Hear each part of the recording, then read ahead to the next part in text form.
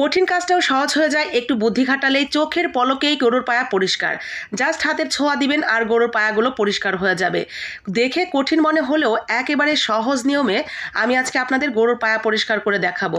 সামনে যেহেতু কুরবানি চলে আসছে, অনেকেই এই গরুর পায়া পরিষ্কার করতে গিয়ে নাজেহাল অবস্থায় পড়ে যাবেন। তো আজকে আমার এই ভিডিওটা দেখে কিন্তু সেটা আপনি একেবারেই সহজে করে নিতে পারবেন আমার মতো করে। প্রথমে কি করতে হবে, এই যে গরুর উপরের যে পায়ার অংশটুকু, নল্লির অংশটুকুতে চামড়াগুলো আছে সেটা ফেলে দিতে হবে। অনেকেই আছে শুধুমাত্র গরম পানি ঢেলে বা গরম পানিতে পরিষ্কার করে লোমটুকু ফেলে দিয়ে এই নিচের চামড়াটা সহই পরিষ্কার করে ফেলে। তো আমি যেহেতু ছোটোবেলা থেকে আমাদের বাড়িতে বা আশেপাশে কাউকেই কখনো এই চামড়াটা খেতে দেখিনি, তাই সেইভাবে আমি অভ্যস্ত না। তো আমার মতো যারা আছেন চামড়াটা ফেলে দিয়ে পরিষ্কার করবেন, তারা কিন্তু ঠিক এইভাবে পরিষ্কার করে নিতে পারবেন। প্রথমে ঠিক এইভাবে আমি চামড়াটা পরিষ্কার করে নিব, একেবারে আপনার সেই নিচের যে কালো অংশটুকু আছে সেই অংশটুকু পর্যন্ত।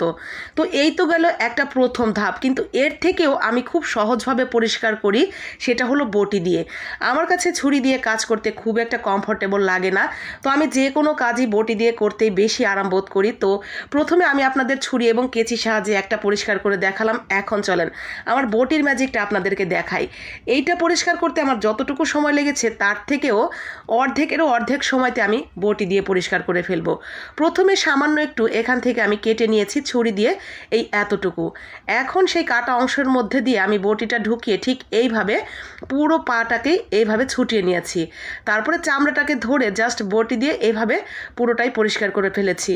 এতটুকু পরিষ্কার করতে আমার বড় জোর 1 থেকে 2 মিনিট সময় লেগেছে এই চামড়াটা পরিষ্কার করতে, তার বেশি লাগেনি।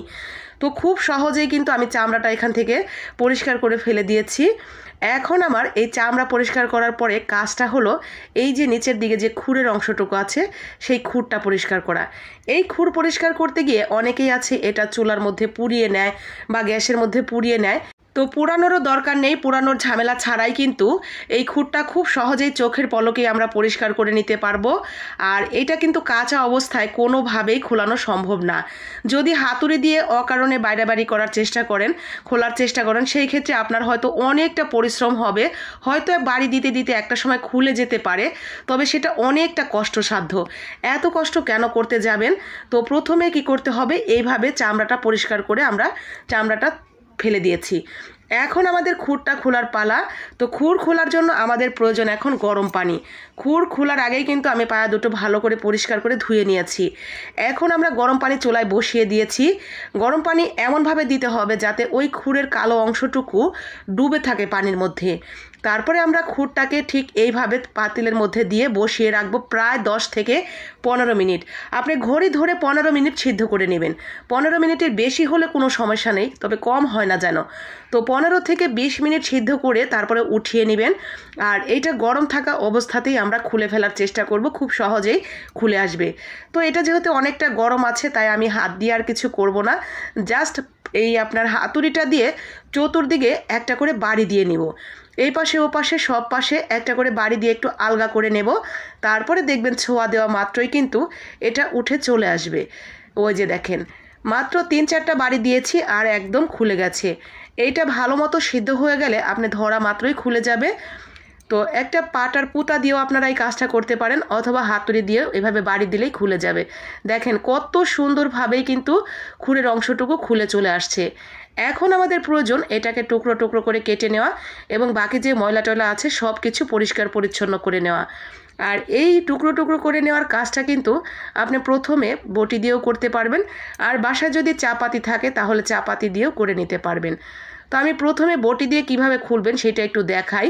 জয়েন্টে জয়েন্টে ঠিক যেভাবে আপনার থাকে ওইভাবে আপনি নিয়ে তারপরে যেই ময়লাগুলো কিন্তু আপনাকে পরিষ্কার করে নিতে হবে, কালো কালো অংশগুলো। এগুলো পরিষ্কার করার পরে ওই যে নল্লির অংশটুকু আছে সেটুকু আপনি 2 টুকরা বা 3 টুকরা করে নিতে পারেন। তবে ওই কাজটা হয় আপনাকে দা দিয়ে করতে হবে, নয়তো চাপাতি দিয়ে করতে হবে।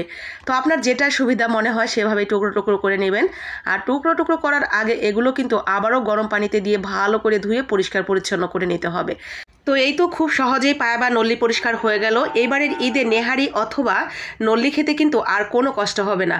ভালো লাগলে এভাবেই টিপস অ্যান্ড ট্রিক্সগুলো ফলো করে আপনি পরিষ্কার করে নিতে পারেন। আর বাকি আপু ভাইয়াদের জন্য কষ্ট করে একটু লাইক কমেন্ট করে শেয়ার করে দিবেন, যাতে তারাও এই সহজ নিয়মটা জেনে খুব সহজেই পরিষ্কার করে নিতে পারে। আসসালামু আলাইকুম, আল্লাহ হাফেজ, ঈদ মোবারক।